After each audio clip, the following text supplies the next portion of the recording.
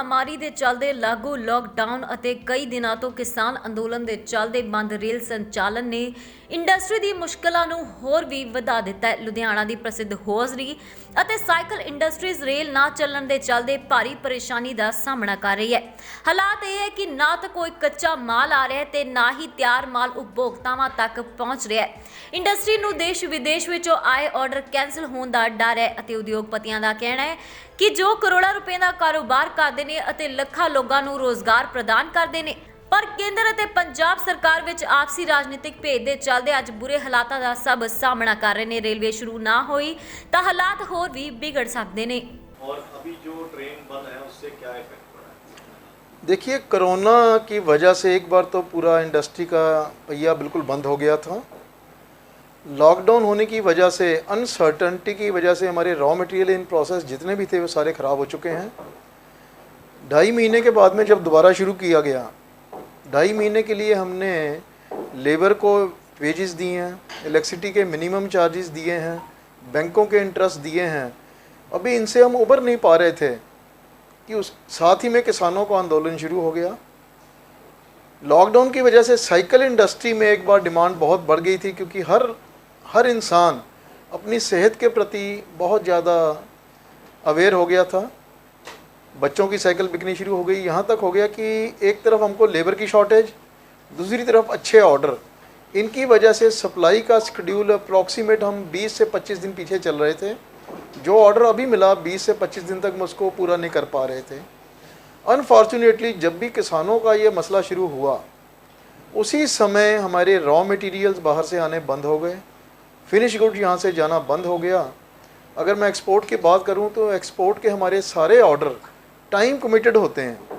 अगर हम टाइम से सप्लाई नहीं करते हैं तो हमारा बायर जो यूरोप में बैठा है, अफ्रीका में बैठा है, उसको कोई भी ये कंसर्न नहीं कि इंडिया में, ख़ास करके इंडिया का एक डॉट पंजाब या नॉर्थ, इसमें कोई प्रॉब्लम आई है। उन्होंने टाइम बाउंड ऑर्डर को वार्निंग दे दी कि अगर समय से आपके ऑर्डर कंप्लीट नहीं होते हैं तो हम आपके ऑर्डर कैंसिल कर देंगे।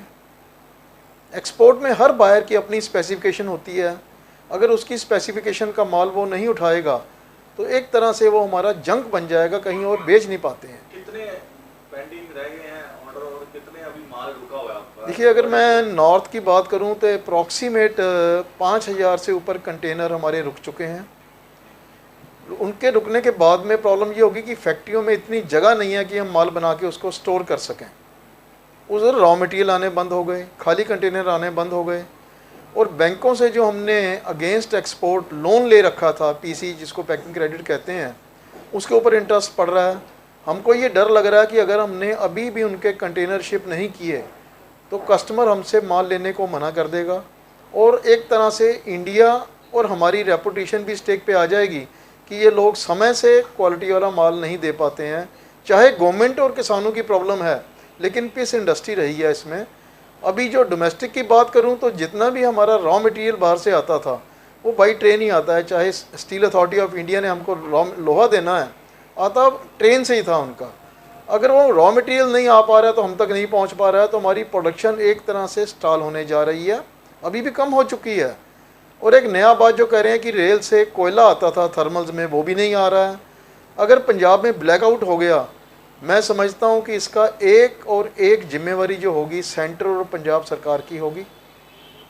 अगर इनमें टग ऑफ वार है सेंट्रल गवर्नमेंट की पंजाब से, तो बैठ के सुलझा लें। किसान या इंडस्ट्री को मरना नहीं चाहिए। मैं इंडस्ट्री की तरफ से एश्योर करता हूं कि हम किसानों के साथ में हैं, उनकी मुश्किल का हम साथ देना चाहते हैं, पर रिक्वेस्ट करूँगा कि ऐसे रेल रोक के देश की या सूबे की प्रगति के ऊपर रोक ना लगाएं। अगर किसानों ने बोला कि सिर्फ मालगाड़ियां छोड़ी हैं, दूसरी नहीं, क्या उससे इम्पैक्ट नहीं पड़ता आपको? दूसरी भी छोड़नी चाहिए क्योंकि अगर बाहर नहीं आएगा। देखिए, मालगाड़ी किसानों ने अपना धरना उठा लिया, लेकिन एक भी मालगाड़ी सरकार नहीं चला रही है। उनको डर है कि रास्ते में लूटिंग ना हो जाए, अनारकी ना फैल जाए। क्या किसानों को रेल रोक के, आंदोलन करके, रेल ट्रैक पे बैठ के अपना ये मसला सॉल्व होता नज़र आता है? आज 40 दिन होने वाले हैं। 40 दिन में अगर साइकिल इंडस्ट्री का अकेले की बात करूं तो 1500 करोड़ रुपए का हम लॉस सह चुके हैं। इसमें अगर प्रोडक्शन लॉस लूँ, क्योंकि एक बार मेरी प्रोडक्शन बंद हो गई तो दोबारा चलाने के लिए फिर जैसे लॉकडाउन खुलने के बाद में 1.5-2 महीने लग गए थे, फिर 1.5-2 महीने और लग जाएंगे। तो मैं समझता हूँ कि किसानों को देश की प्रगति नहीं रोकनी चाहिए। अगर आपको किसी बात से गुस्सा है, गिला है, ये लॉ पसंद नहीं आ रहा, तो अपने पॉलिटिशियन का गला पकड़िए, उनको जाके पूछिए जब ये लॉ बन रहा था तो कैबिनेट में अपोज़ क्यों नहीं किया, पार्लियामेंट में अपोज़ क्यों नहीं किया। जब सब कुछ पास हो गया, आपने लोकसभा राज्यसभा में दोनों जगह पास करवा दिया है, तो बाहर धरने लगाने से पॉलिटिकल माइलेज लगती है।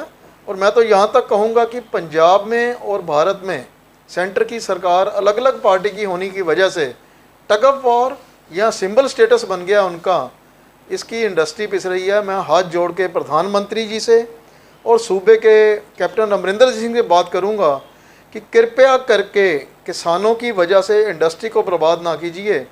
अगर मेरी इंडस्ट्री एक बार दोबारा रुक गई, कोरोना के बाद में दोबारा शुरू होते होते अभी तक स्टैंड नहीं कर पा रहे थे, तो इंडस्ट्री की ग्रोथ नहीं, इंडस्ट्री की एग्जिस्टेंस ख़त्म हो जाएगी, अनएम्प्लॉयमेंट हो जाएगी। तो हम भी सड़कों पे ही बैठे मिलेंगे, किसान बैठेंगे रेल पे और हम बैठेंगे बाहर सड़क के ऊपर जाके। कितने लोगों को इफेक्ट होएंगे अगर ये इंडस्ट्री 15 दिन ਹੋਰ ਨਾ ਚੱਲੀ, ਰੇਲ ਨਹੀਂ ਚੱਲਦੀ?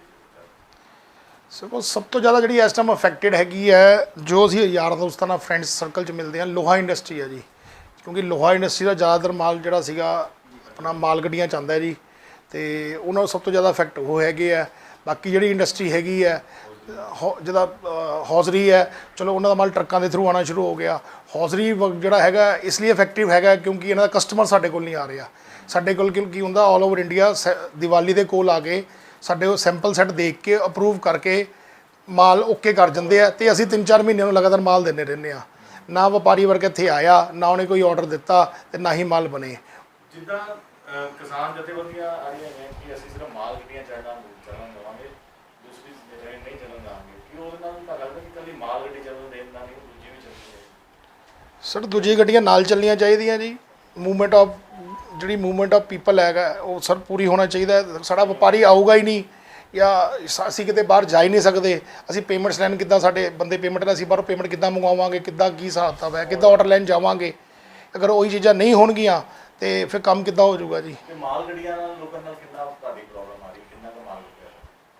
ਸਰ ਮਾਲ ਗੱਡੀਆਂ ਦਾ ਦੇਖੋ, ਸਾਡਾ ਇਸ ਟਾਈਮ ਜਿਹੜੇ ਅਸੀਂ ਇੰਪੋਰਟ ਕੀਤੇ ਹੋਏ ਸੀ ਕੰਟੇਨਰ, ਜਿਹੜੇ ਲੁਧਿਆਣੇ ਆਣੇ ਸੀਗੇ, ਉਹ ਸਾਰੇ ਸਾਡੇ ਰੁਕੇ ਹੋਏ ਆ। ਧਾਗਾ ਅਸੀਂ ਬਾਹਰੋਂ ਸਿੰਗਾਪੁਰ, ਮਲੇਸ਼ੀਆ ਸਾਈਡ ਤੋਂ ਲੈਂਦੇ ਆ, ਚਾਈਨਾ ਤੋਂ ਲੈਂਦੇ ਆ।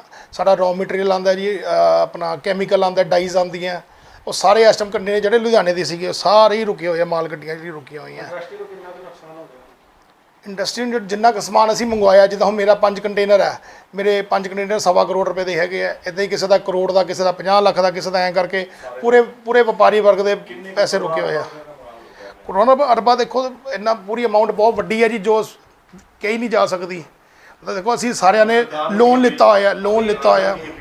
ਸਾਡੇ ਸਰਕਾਰ ਨੂੰ ਅਪੀਲ ਕਰਾਂਗੇ, ਸਾਡੀ ਪੰਜਾਬ ਸਰਕਾਰ ਨੂੰ ਇਹ ਅਪੀਲ ਹੈ ਕਿ ਦੇਖੋ ਮਤਲਬ ਕਿਸਾਨਾਂ ਦੀ ਉਹਦੇ ਏਵਜ਼ 'ਚ ਵਪਾਰੀਆਂ ਨੂੰ ਵਪਾਰ ਪੰਜਾਬ 'ਚੋਂ ਨਾ ਤੁਸੀਂ ਭਜਾਓ, ਵਪਾਰੀਆਂ ਨੂੰ ਨਾ ਭਜਾਓ। ਸਰ ਸਾਨੂੰ ਇੱਥੇ ਕੰਮ ਕਰਨ ਦਿਓ। ਜੋ ਤੁਹਾਡੀ ਪ੍ਰੋਬਲਮਸ ਕੇਂਦਰ ਸਰਕਾਰ ਨਾਲ ਹੈਗੀਆਂ, ਤੁਸੀਂ ਉਹਨਾਂ ਨਾਲ ਗੱਲਬਾਤ ਕਰਕੇ ਕਰੋ। ਆਮ ਬੰਦੇ ਦੀ ਟ੍ਰੇਨਾਂ ਬੰਦ ਨਾ ਕਰੋ।